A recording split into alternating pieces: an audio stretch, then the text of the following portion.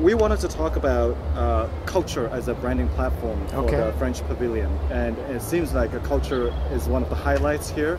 Why do you think this is important for France? There's two things about it. So first is the focus is on culture and on life. You know, as the theme is better city, better life. So the idea behind French Pavilion and behind this concept of central city is to strongly mark the historical importance of this expo. You know, in France we had a few very important universal expos, such as Paris 1900. The idea is telling China, telling the Chinese people, telling everyone that it's the first time this is the expo that break all the records in terms of frequentation, in terms of construction, in terms of budget. It's the first time it happens in a developing country. It's China. So the idea is to mark strongly this importance. And it's a moment that we all know how good technology can be and how easier it make it for life. But it's also a moment of doubt of technology, because technology is everywhere. It also has some negative impact on the environment. So the idea is to see things a little bit from above. You know, I think Universal Exhibition, it's a moment to do that and to say, okay, technology is good, but it's good for human, and the human is 5 cents. And what link the humans is the culture. It's definitely the culture. Can you give us a few more examples? What are some of the other cultural expressions or the artifacts that you have in the pavilion? Well, we have many.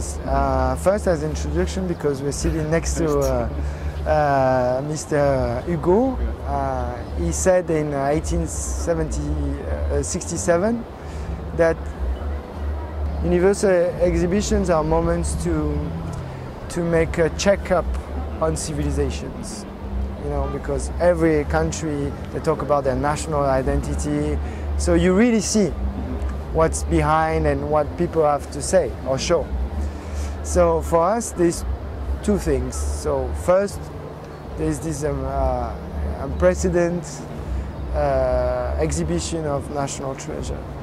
We also have a lot of artworks in the exhibition, which are, for main part, are made by Sino-French artists. We ask some important artists like Zhao Wuqi or Yang Peiming to do something for the French Pavilion. And those artists, they're both equally comfortable with Chinese cultural background and French cultural background. So at the time that we you know, globalization is a myth of cross-cultural meeting. The French Pavilion point of view is not into the myth of globalization. Is what we promote is master of their own culture, and some people happen to be master of both culture. It's also to tell that cultural exchange, you also need to have to develop a strong cultural identity before you share it. So we have some artworks. Every day we have some conferences on cultural topics. I was really intrigued by the 5 senses concept.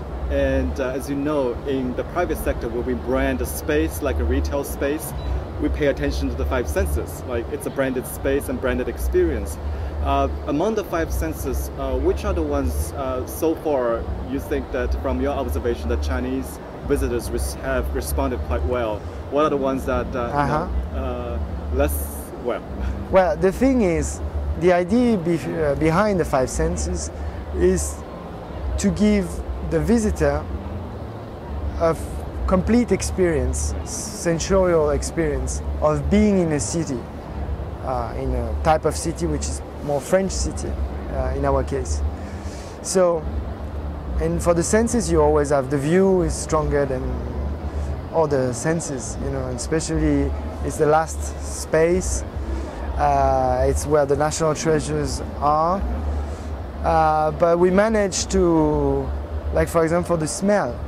It attracts a lot of visitors. We have a kind of smell exhibition with smells of chocolate, pollution, tobacco, and also grass after the rain, cafe, you know, and this one is also quite popular.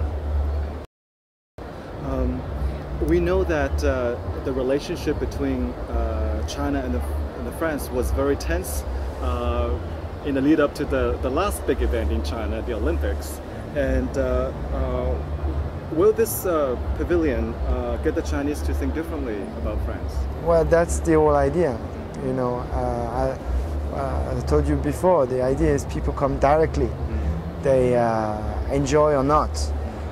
They discover something. And the vast majority of the people who are coming, they don't go abroad.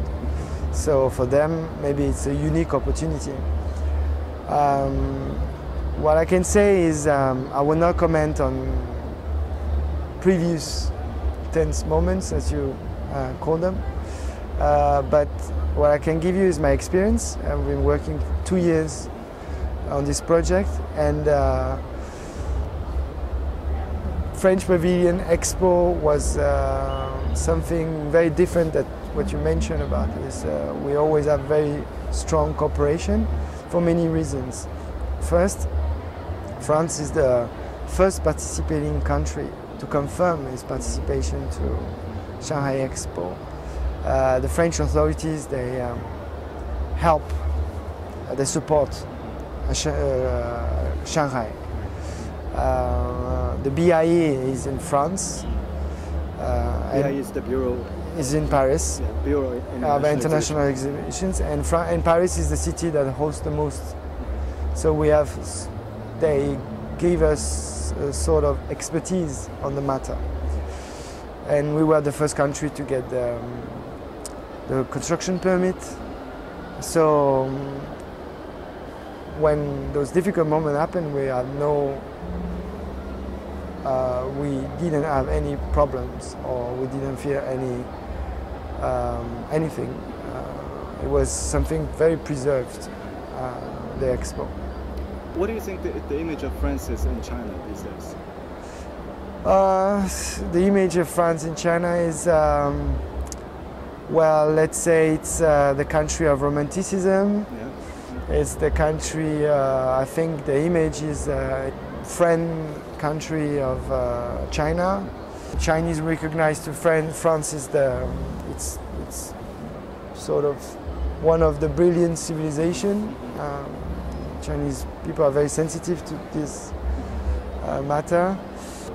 There's a lot of similarities between the two cultures. It's the country of good food. It's the country of good life, you know, of comfortable life. It's one of the first tourism destinations for Chinese people.